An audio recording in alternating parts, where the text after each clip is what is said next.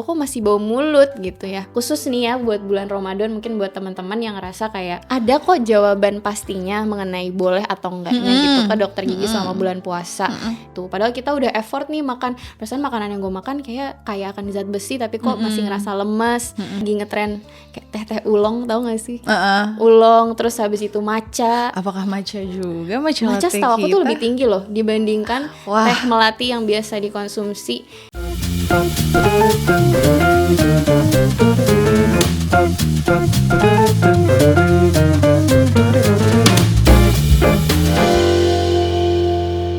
Halo semuanya, kembali lagi bersama aku Dr. Bunga di Wisdom Talks. Obrolan santai tapi tetap penuh insight tentang kesehatan.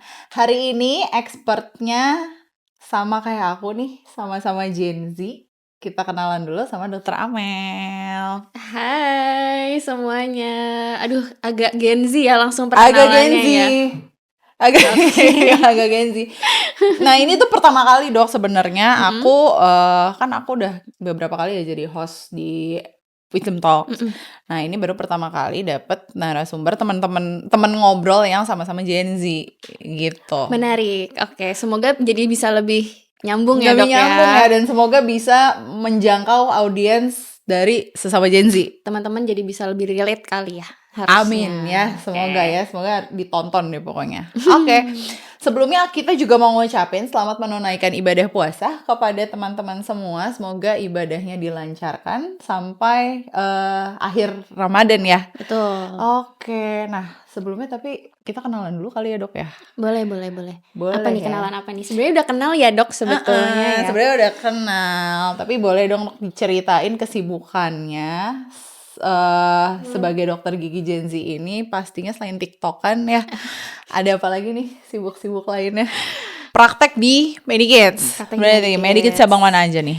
Aku di Bintaro, itu Selasa Jumat, teman-teman kalau mau ketemu, atau di Medikids Bekasi. Oh, dari ujung ke ujung ya? Iya, dari ujung ke ujung. Lumayan, nggak apa-apa. Jabodetabek tuh, ya kalau misalkan mau ketemu masih bisa kok available. Masih bisa ya. Benar. Bulan puasa tetap praktek dok? Oh jelas, in this economy. Tetap praktek ya? Tetap praktek. Tapi emang tetap ini dok, tetap ada pasien ya kah di bulan puasa? Apakah jelas, orang-orang jelas. tetap boleh ke dokter gigi di bulan puasa ini Nah dok? ini nanti mungkin dibahasnya jauh lebih dalam lagi ya, karena sebenarnya ada kok jawaban pastinya mengenai boleh atau enggaknya gitu ke dokter gigi selama bulan puasa. Dan ya nanti mungkin kita bahas lebih lanjut ya pas udah masuk ke topik. Tapi intinya sebenarnya boleh kan ya dok ya? Boleh kita dong. ke dokter gigi selama bulan jelas, puasa. boleh banget. Oke, nah mungkin kita langsung jump in ke topik utama kita ya. Kita sebenarnya mau bahas tentang permasalahan dan kesehatan gigi overall selama di bulan Ramadan gitu dok. Nah sebenarnya kan memasuki bulan Ramadan ini gitu ya, terutama banyak banget pasien-pasien kita itu yang mengalami permasalahan gigi dan mulut, spesifiknya itu mungkin lebih di bau mulut nih dok gitu. Nah mungkin dokter boleh jelasin nih sebenarnya apa sih yang menyebabkan bau mulut pada saat kita berpuasa gitu. Sebenarnya ini emang sering banget ya jadi pertanyaan entah pasien atau teman-teman yang ada di sekeliling kita, saking umumnya masalah bau mulut ini. Cuma sebenarnya nih kayak sejatinya nih bau mulut tuh sebetulnya penyebabnya tuh banyak banget. Kayak entah dari dalam diri kita, kesehatan secara keseluruhan, kemudian dari obat-obatan yang kita konsumsi, kemudian juga ada dari kebiasaan juga yang bisa berpengaruh terhadap bau mulutnya. Nah tapi nih khusus nih ya buat bulan Ramadan, mungkin buat teman-teman yang ngerasa kayak perasaan gue udah MCU, udah coba check up semuanya dari gigi, kesehatan secara keseluruhan tuh aman-aman aja, kenapa gue kok masih bau mulut gitu ya. Oke. Nah itu mungkin kita bisa tarik tuh dok benang merahnya tuh yang penyebab utamanya tuh apa sih gitu. Nah biasanya kita merujuk ke air liur gitu. Jadi memang air liur itu jadi faktor yang utama sebetulnya dan menentukan bau mulut kita throughout the day, terutama dalam bulan puasa dan juga Ramadan ini seperti apa gitu. Nah air liur itu sendiri kan memang diproduksi di dalam mulut dari kelenjar-kelenjar yang ada di dalam mulut kan ya dok ya. Dan itu terproduksi terus-menerus, entah kita sedang istirahat atau saat mulutnya beraktivitas, entah digunakan bicara, digunakan untuk mengunyah, itu tuh air liur akan terus keluar gitu. Oke. Bahkan lebih banyak dibandingkan kalau kita lagi nggak ngapa-ngapain. Oke. Nah, dari si air liur yang terproduksi itu akhirnya berfungsi untuk menetralkan asam di dalam mulut, terus juga memberikan lapisan pelindung bagi gigi seluruh organ yang di dalam mulut kita agar nggak gampang terinfeksi maupun terkena gesekan, terus juga menekan pertumbuhan dari bakteri patogen atau bakteri yang merugikan di dalam Oke. mulut kita sebenarnya. Nah, tapi nih bulan Ramadan itu satu, pasti kan kita air putihnya jadi berkurang ya konsumsinya. Apalagi kalau ya syukur-syukur sahur gitu. Kalau misalkan lewat sahur terus nggak minum sama sekali, air liurnya tuh dapat dari mana? Berarti satu. Sama yang kedua, ini sih dok, kalau misalkan kita bulan puasa kan pasti kita jadi biasanya meminimalisir aktivitas, entah mengunyah sama menggosip gitu ya. Jadi mulutnya nggak dipakai tuh sebanyak biasanya. Nah akhirnya si saliva atau air liur yang harusnya terproduksi sekian banyak volume per menit itu jadi berkurang. Gitu. Akhirnya tadi yang 3 poin yang tadi udah aku sebutin, mulut jadi asam, bakteri yang berkembang jadi berlebih, terus juga ya intinya seluruh organ di dalam mulut kita nggak punya pelindung lagi gitu karena coating dari si air liur atau lapisan pelindungnya itu jadi berkurang. Ujung-ujungnya mulutnya bau. Oke. Gitu. Jadi sebenarnya sumber permasalahannya itu karena kemungkinan besar ketika bulan Ramadan ini kita kurang minum gitu ya. Jadi bahan baku untuk pembuatan air liurnya itu jadi nggak ada gitu ya. Akhirnya keseimbangannya tidak bisa terjadi di dalam mulut dan akhirnya salah satu efeknya adalah menimbulkan bau mulut gitu ya. Manifestasinya. Tapi ya sekali lagi ya dok, itu juga harus dipastiin beneran nggak di dalam mulut kalian tuh betul-betul udah bebas dari sumber infeksi yang udah jelas harusnya bisa ditangani di dokter gigi atau enggak. Kayak misalkan udah air liurnya udah fine, minum air putih juga fine, kayak hasil MCU udah juga free fine, karies free gitu ya, karies nggak gitu. ada gigi yang bermasalah gitu Nah ya. kalau misalkan masih ada sisa akar, masih ada karang, masih ada ya macam-macam penyakit yang ada di dalam mulut, mau kita puasa mau enggak pasti akan bau, apalagi kalau lagi puasa pasti lebih bau lagi. Oke. Gitu. Berarti better sebelum bulan puasa mungkin dikejar kali ya dok ya untuk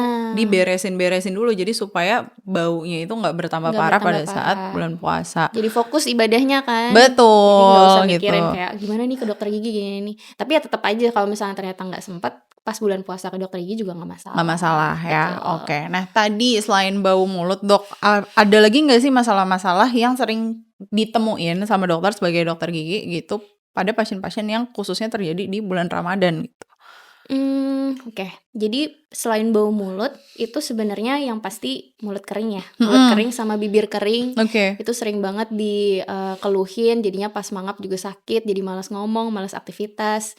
Terus ya kalau kayak gitu sih sebenarnya kembali lagi karena intake air putih atau hidrasi air putihnya itu kurang, sama penanganannya biasanya salah satunya bisa menyegarkan mulut dengan obat kumur yang nanti mungkin akan dibahas lebih lanjut lagi, sama bisa menggunakan lip balm contohnya di area bibir supaya jadi lembab gitu. Cuma selain itu tuh sebenarnya banyak juga yang pasien gak sadari kalau misalkan ternyata mereka jadi jauh lebih sering sariawan dok dibandingkan sebelum bulan Ramadan. Aku salah satunya tuh yang sebenarnya agak lumayan sering sariawan gitu. Apalagi kalau misalnya emang di bulan puasa gitu ya. Sama beberapa tahun terakhir tuh emang ya entah kenapa ya gitu. Jadi sering sariawan. Nah, memang kalau aku juga sama lagi kan sering sariawan kan. Jadi kayak maksudnya kayak aktivitas aja udah terbatas. Terus kayak mau ngomong juga jadi males, nahan sakit juga. Jadi kayak nggak fokus gitu jadi ibadahnya. Mau buka puasa juga nggak nikmat kan. Iya. Langsung langsung kayak males gitu. Kita lihat bakwan juga kayak kebayangnya udah perihnya ya. Betul. Nah kalau kayak gitu sih sebenarnya merujuk lagi tuh ke tadi dok. Kalau misalnya air liur kan fungsinya salah satunya untuk melindungi organ yang di dalam tubuh kan. Di dalam mulut. Jadinya karena kering, terus rentan gesekan, manifestasinya luka, dan berkembanglah luka yang di dalam mulut kita itu menjadi sariawan sebetulnya. Terus juga mulut yang kotor itu juga nyebabin sariawannya jadi lebih gampang munculnya. Plus lebih lama sembuhnya juga lebih lama sembuhnya. Terus sama ini sih Dok yang aku perhatiin tuh kan, ini budaya orang Indonesia sih ya, Apa tuh? lebih kalau misalnya buka puasa supaya sugar rush tuh kan banyak yang minum teh, iya nggak sih? Teh Dokter minum manis. teh nggak? Kalau misalkan buka Aku puasa? aku kalau dibikinin minum sih, cuman aku nggak yang kecarian Nyari teh manis banget. gitu, heeh. Terutama mungkin untuk budaya-budaya yang orang Jakarta, orang-orang Betawi tuh sering nih kalau aku perhatiin buat minum teh untuk buka puasa. Entah yang manis, tawar, yang dingin, yang panas, intinya teh gitu. Nah, teh ini memang di dalamnya tuh ada kandungan yang namanya tanin, Dok. Oke. Jadi tanin itu dia komponen yang ada di dalam teh yang dapat yang dapat yang dapat Menekan. mengurangi, ya menekan penyerapan zat besi yang Oke. dari makanan yang kita konsumsi. Entah dari buah-buahan, kacang-kacangan, dari daging-dagingan yang kita makan, itu si taninnya mencegah supaya dia bisa terserap dalam tubuh gitu, sehingga zat besi yang seharusnya bisa tertransfer ke dalam darah, terus habis itu oksigen ketransfer ke dalam sel, terus nantinya metabolisme jadi baik karena ada zat besi tersebut, jadi berkurang. Dan akhirnya sel-sel yang seharusnya bisa repair, yang bisa sembuh dengan sendirinya dengan baik, itu jadi berkurang. Terus makanya kita sikat gigi sedikit, kesodok sedikit, luka, jadi sariawan. Terus kita Oke. kegigit sedikit, jadi sariawan. Jadi jauh lebih rentan. Jadi Dan lebih lama juga ya. lebih lama. Dan sekarang kan lagi ngetren kayak teh-teh ulong, tau gak sih? Heeh. Ulong, terus habis itu matcha. Apakah matcha juga? Matcha Matcha latte setahu aku tuh kita? lebih tinggi loh dibandingkan Wah. teh melati yang biasa dikonsumsi. Teh Kayak seduh gitu teh ya, seduh teh gitu. seduh kita. Ulong, black tea juga sama, yang akhirnya kandungan taninnya besar, terus ya udah tadi penyerapan zat besinya jadi terganggu gitu. Padahal kita udah effort nih makan, perasaan makanan yang gue makan kayak kaya akan zat besi, tapi kok masih ngerasa lemes, terus gampang capek. Nah itu juga salah satunya karena si kandungan tanin itu. Oh gitu. Gitu Jadi info dong. baru ya. Jadi mungkin kalau misalnya teman-teman emang suka untuk misalnya let's say minum teh hangat gitu, ya sebenarnya it's okay asalkan satu tetap dalam jumlah yang jumlah yang wise, terus yang kedua dijeda kali ya gitu, dijeda sama makanan utamanya, karena kan emang sebenarnya sarannya juga kita buka puasa nggak langsung makan berat kan gitu, jadi makan takjil dulu, mungkin boleh dulu minum tehnya, terus kita sholat dulu dan lain sebagainya, baru nanti makan yang berat supaya penyerapan gizinya juga tidak terganggu. Right, Gitu. betul. Oh, sama ada ini Dok, sebenarnya ada salah satu trik sih buat nge-bounce back-nya. Apa Kayak tuh? dari tanin yang tadi kita konsumsi, ada salah satu obat yang justru makanan yang fungsinya tuh kebalikannya dari si tanin. Oke, jadi kontraknya Yaitu jeruk. Oh gitu. Jadi kalau misalkan tadi tanin dia menghambat penyerapan zat besi, jeruk itu kebalikannya, dia malah membantu penyerapan zat besi. Memboost untuk Betul. penyerapannya. Jadi kalaupun ternyata teman-teman di sini mau minum teh, terus habis itu makan jeruk nggak boleh. Terus juga sama kurma tuh tinggi kayak akan zat besi. Jadi gitu. kalau misalnya pengen Di pairing kali ya, berarti teh sama itu kurma. juga boleh. Yang kayak aduh gue nggak bisa kalau nggak bisa minum teh gitu ya. Udah nggak ada yang ngelarang juga sih, boleh aja. Cuma itu tadi. Iya, oke. Asal nggak berlebihan ya, balik lagi, dan Benar. jeda sama makanannya mungkin harus lebih diperhatikan. Oke, nah cuma nih Dok, kalau misalnya dari aku sendiri beberapa tahun ini kan aku juga mikirnya mungkin karena stigma di masyarakat kali ya, kalau misalnya puasa tuh kayaknya jangan dulu ke dokter gigi deh, takut misalnya nanti kumur-kumur terus ada yang ketelan dan lain sebagainya. Cuman ternyata tetap ada aja nih di bulan puasa pasien-pasien yang ke dokter gigi gitu untuk melakukan treatment gitu ya, terutama adalah treatment yang emang urgent gitu. Jadi karena tadi ya stigma-stigma yang nanti dulu ke dokter gigi kalau bisa setelah puasa aja, pas lagi nggak puasa gitu. Jadi mungkin mereka ngebiarin nih masalah-masalah yang ada di rongga mulutnya. Nah tiba-tiba meledaknya itu tuh pas justru mereka lagi puasa, jadi sakit gigi, atau misalnya ternyata kadang-kadang ada juga yang gigi gigi bungsunya tuh kambuh karena tadi kan sariawan itu tadi gitu.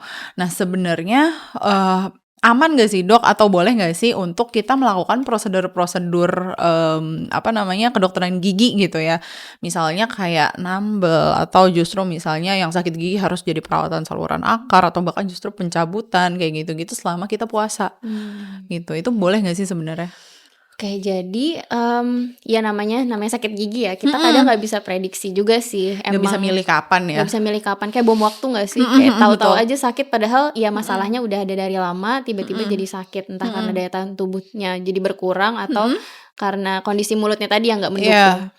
Jadi ini sebenarnya pertanyaan yang banyak banget orang belum tahu jawabannya secara umum. Mungkin teman-teman dokter gigi juga mungkin banyak yang belum, yang masih asing lah, masih Iya, asing belum share kali ya. belum share kalau misalkan, ini tuh sebenarnya boleh atau enggak. Nah, sebenarnya nih Majelis Ulama Indonesia (MUI) itu sudah mengeluarkan, surat fatwa MUI mengenai kasus ini nih, boleh atau enggak ke dokter gigi secara jelas. Dan jawabannya itu tidak membatalkan puasa, teman-teman. Oke. Jadi nih, aku sambil bantu lihat ya. Aku udah catat nomor suratnya itu, kalian bisa cek mungkin. Editor bisa, nanti boleh ditampilkan ya. Tampilkan ya.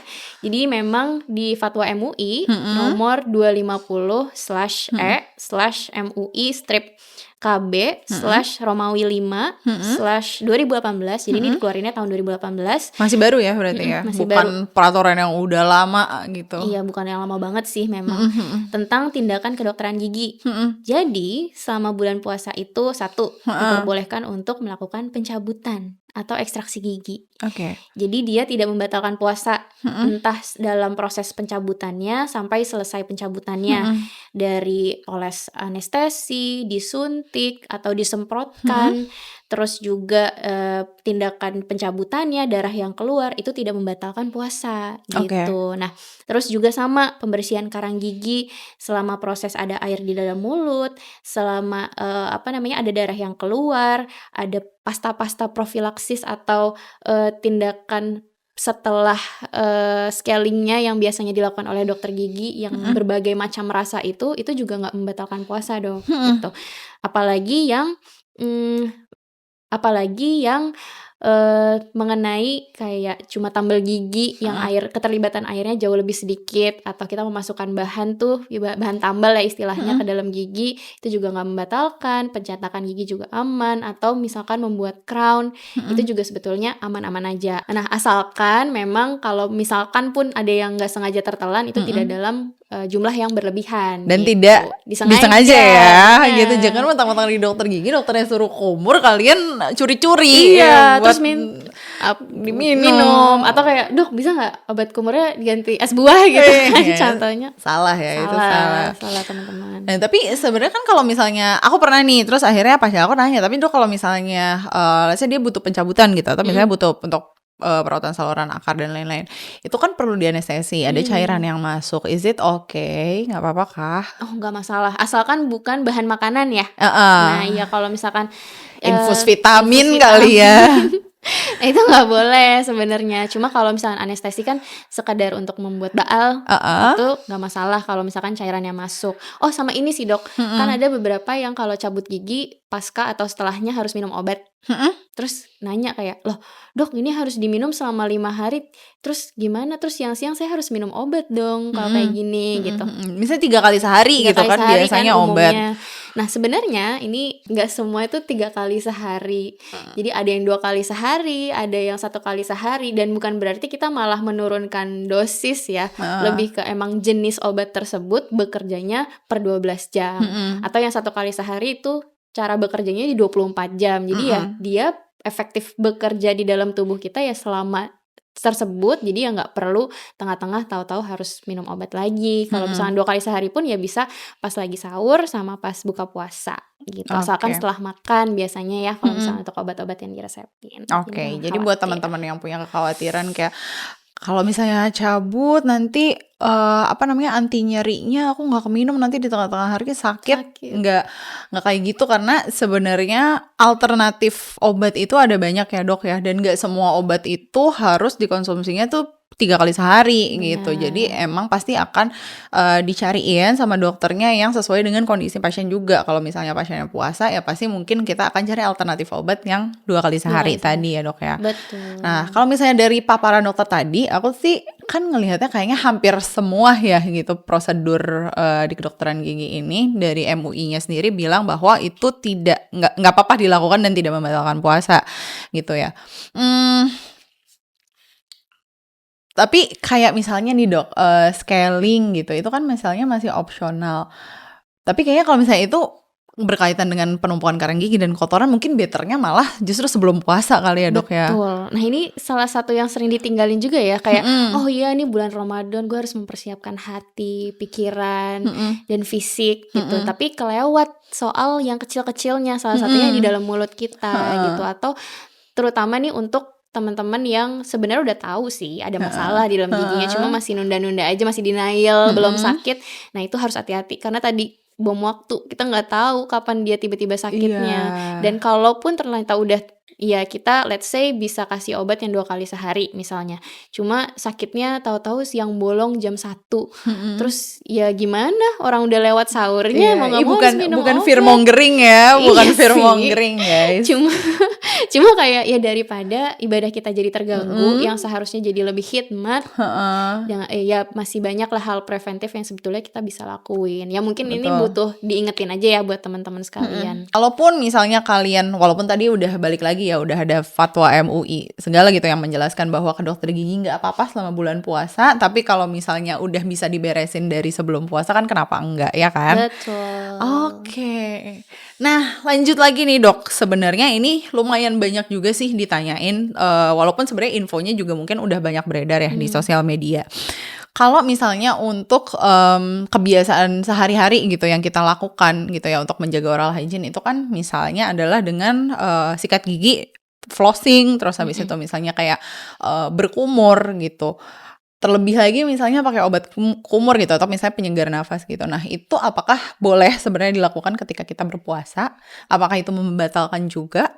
Apakah MUI juga mengeluarkan fatwa-fatwa tertentu mengenai hal tersebut? Sebenarnya sih kembali lagi ya, kalau misalkan kita tindakan kedokteran gigi yang se-ekstrem itu katakanlah ya, kan airnya Mhm, disemprotin mhm, segimana gitu masih mhm, nggak apa-apa, apalagi yang menjaga kesehatan gigi dan mulut sehari-hari di rumah. mhm, Ini harus diingat nih teman-teman nih, kepusingan, "Ini boleh atau enggak boleh atau enggak?" Kebersihan mhm, itu tetap sebagian dari iman kok gitu. Jadi mhm, memang, usaha-usaha yang kita lakukan asalkan tidak disengaja airnya terminum dan bukan untuk, apa namanya, melepas dahaga, iya, itu masih sangat-sangat disarankan dan diperbolehkan heeh, justru. Seluruh ikhtiar itu salah heeh, satunya juga supaya tujuannya, apa namanya, bisa, menjaga kesehatan gigi dan mulutnya nggak cuma pas bulan Ramadan aja. Dengan kita nge-maintain kesehatan gigi dan mulutnya dengan baik saat bulan Ramadan, ya seterusnya juga akan, hasilnya baik, mhm, terus juga ibadah jadi khidmat, nyaman untuk diri kita sendiri dan juga orang lain. mhm, Jadi bukan masalah boleh atau enggak, tapi wajib iya. untuk tetap, membersihkan gigi dan mulutnya selama bulan puasa Balik gitu. lagi ke niat ya sebenarnya Niatnya kalian kumur-kumur pakai obat kumur yang rasa mint-mint itu apakah buat apa buat melepas nih? Buat dahaga melepas apa dahaga gimana? atau supaya beribadahnya jadi fokus? Apakah supaya untuk, menjaga supaya lawan bicaranya tetap nyaman untuk ngomong Mhm. sama kita gitu. Jadi kalau misalnya niatnya baik untuk fokus ibadah juga pasti ya sebenarnya kan nggak pernah ada larangan kan karena untuk kenyamanan diri sendiri juga, benar nggak, Dok? Untuk kesehatan sih Iya betul ya, buat mhm, kesehatan, buat kenyamanan, juga untuk betul. aktivitas sehari-hari dan balik lagi pasti ibadahnya jadi lebih Fokus, fokus, ya of kan? course. Oke, nah tadi kita udah banyak ngobrol-ngobrol nih terkait tentang, permasalahan gigi dan mulut, boleh apa enggak ke dokter gigi. Nah mungkin, kalau untuk, temen-temen nih yang mungkin udah persiapan ke dokter gigi sebelum puasa atau misalnya buat teman-teman secara general aja, boleh dong, Dok, dikasih tipsnya supaya puasanya tetap nyaman, ibadahnya nggak terganggu, kira-kira apa aja sih hal-hal yang perlu diperhatikan selama Ramadan? Bulan Ramadan ini ya. Mhm, Oke, jadi sebenarnya ini kayak rangkuman kali ya dari apa yang heeh, kita omongin dari betul, tadi. Ini mungkin buat teman-teman buat diperjelas deh, ya kayak nge-maintain-nya tuh gimana. Satu, sikat gigi tuh emang udah jadi jantung ya, nggak boleh ketinggalan ya. 2 kali sehari kita sepakat ya Dok ya? 2 Betul. kali sehari 30 menit setelah sarapan sama malam sebelum tidur. Cuma ya sarapannya dimodifikasi jadi setelah sahur gitu. Itu pertama, itu jantungnya tuh nggak boleh kelewatan. Terus baru banyak tuh effort-effort kecil yang kita bisa lakukan sebelum sikat gigi juga. Flossing pakai benang gigi buat disapu dulu giginya dari sela-sela sisa makanan. Terus kedua juga sikat lidah. Nah ini buat yang bingung sikat lidah tuh setelah atau sebelum sikat gigi, baiknya sebenarnya sebelum ya Dok ya. Betul. Karena memang kadang kandungan deterjen yang ada di pasta gigi kita itu ngebikin enak. Kalau misalkan kita sikat lidah setelahnya, maka baiknya sebelum sikat gigi. Terus dari sikat lidah, pokoknya 7 guratan vertikal ke depan satu arah. Terus udah dibersihin, baru nanti boleh di rinse atau langsung sikat gigi. Nextnya baru kumur. Nah untuk obat kumurnya ini juga sebenarnya penting untuk kita pilih-pilih juga ingredientsnya apa di dalamnya. Karena kalau misalkan untuk obat kumur yang kosmetik katakanlah atau mengandung alkohol, itu memang menciptakan sensasi segar ya di awal-awal. Awal-awal pedes-pedes gitu ya. Pedes-pedes, enak, kayak seger banget gitu. Cuma sebetulnya itu malah bikin mulutnya jadi lebih kering. Terus nanti at the end lama-lama jadi bau gitu. Nah, jadi ya itu tadi effortnya harus tingkatkan lagi selain dari jantung sikat giginya doang. Plus juga pasta gigi ya Dok ya. Sebenarnya pasta gigi yang mengandung deterjen tuh dia juga malah dapat merusak enzim yang ada di dalam air liur kita. Jadi kalau misalkan seandainya itu udah bener nih 4-4-nya, ini 4 kan ya, 4 atau 5 tadi. Tindakannya sikat itu bisa lidah, flossing, sikat gigi, obat kumur, benar. Nah dari 4-nya itu bisa dilakuin dengan maksimal. Seharusnya sih concern mengenai bau mulutnya jadi bisa diminimalisir, bisa diatasin. Itu yang pertama. Kedua, hidrasi atau konsumsi air putih deh gitu simpelnya. Biasanya kan kalau umumnya banget deh kita nggak hitung-hitungan ya, itu kan 8 gelas per hari gitu. Nah gimana caranya bisa tetap 8 gelas per hari dan cukup gitu. Nah itu salah satunya aku pernah dengar juga dari salah satu sejawat, kita bisa minumnya itu pertama saat bangun tidur itu 1 gelas, terus sebelum makan 1 gelas, setelah makan 1 gelas, pas imsak 1 gelas, itu udah 4. Nanti baru 4-nya lagi, sisanya itu pas buka puasa. Jadi at least volume air yang diterima sama tubuh kita itu sama seperti kita biasanya yang normal, seperti apa di sehari-hari selain bulan Ramadan. Terus juga apalagi ya? Tadi hidrasi ya Dok. Ini kebetulan ada pertanyaan dari teman kita di TikTok. Boleh. Kalau air putihnya diganti sama matcha dan kopi susu gula aren, boleh Dok? Tolong itu jadi tambahan aja kali ya. Kalau misalkan matcha sama oolong tuh asem juga loh sebenarnya, karena ya walaupun ada kandungan air di dalamnya, tetap yang kita butuhkan sih H2O-nya kebetulan. Airnya gitu. Jadi tetap harus minum air putih ya, air mineral. Kecuali kayak ada sisa ulong semalam gitu yang tengah-tengah mau diminum pas lagi rekreasional makan. Aja ya. Sepertinya kopi susu gula aren dan matcha-matcha. Pertanyaan dari dokternya sendiri ya, dari dokter Bunga ya. Dari teman saya yang Gen Z juga Dok, kebetulan. Itu gimana, bisa diganti atau enggak? Mikir ya kids. Tetap air putih ya. Tetap air putih. 4 gelas di sahur, 4 gelas di waktu berbuka puasa. Betul. Terus tadi obat kumur berarti sebenarnya nggak apa-apa ya? Oh iya, nggak sama sekali nggak mengganggu ya sebetulnya obat kumur. Pilih yang benar-benar kalian yakin emang mengandung antiseptik, antibakteri. Jadi emang tujuannya buat menjaga keseimbangan mikroflora oral, apa sih ngomongnya tuh, ekosistem yang ada di dalam mulut kita tuh, jadi yang bakteri jahat-jahatnya tuh bisa dilawan gitu. Sama ini sih sebenarnya, dokter pernah dengar ini nggak sih yang probiotik hisap ya? Nah itu salah satu effort juga tuh sebenarnya untuk bisa, kalau misalnya teman-teman di rumah punya ya, misalnya mau menjaga keseimbangan mulutnya dengan menggunakan probiotik hisap, itu sangat disarankan.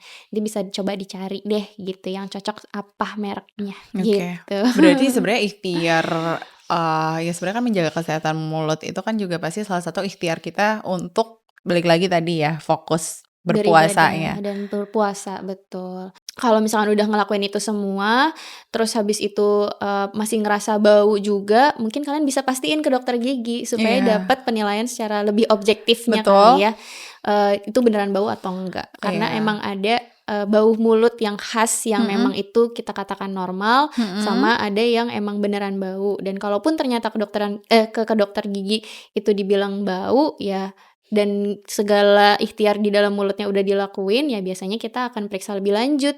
Apakah ada penyakit dalam yang menyertai, ada obat-obatan yang diminum nggak secara rutin, terus yang kemudian obat tersebut bisa menghambat laju air liurnya gitu. Jadi masih ada kok solusinya. Jangan sampai kepikiran sendiri terus malah ya gitu sikat gigi malah Iya, kebanyakan overthinking, terlalu iya, malah jadi ngerusak yang lain-lain ngerusak ya. yang Jadi, lain-lain. ya intinya sebenarnya untuk persiapan bulan Ramadan dan permasalahan bau mulut ini ikhtiarnya ada banyak ya yang bisa kita Banyak banget, lakukan. Yang pertama pastinya mungkin aku sekalian rangkum kali ya, Dok, ya. boleh. Jadi sebelum puasa kita bisa preparation dulu gitu ya untuk ke dokter gigi untuk bersihin karang gigi, terus juga untuk diperiksa apakah ada gigi lain yang butuh dilakukan perawatan. Kalau misalnya bisa kekejar sebelum bulan puasa supaya ibadahnya bisa lebih fokus. Fokus. Terus selama di bulan puasa, kalaupun misalnya memang masih ada gigi-gigi yang perlu untuk perawatan juga sebenarnya nggak masalah ya, karena dari MUI sendiri juga membolehkan dan tidak ada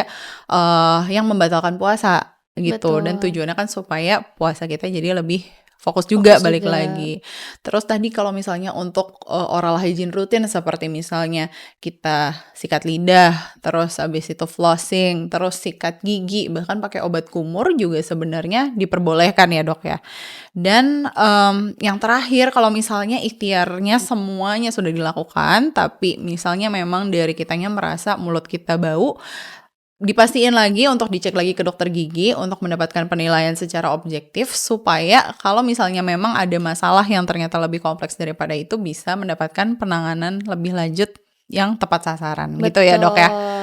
Nice, betul, Oke of deh, nah course. kayaknya kita udah ngomongin panjang banget nih buat tips-tips kesehatan gigi dan mulut seputar bulan Ramadan. Kalau misalnya dari Dok Amel sendiri, kira-kira ada yang mau disampaikan mungkin ke penonton? Oke.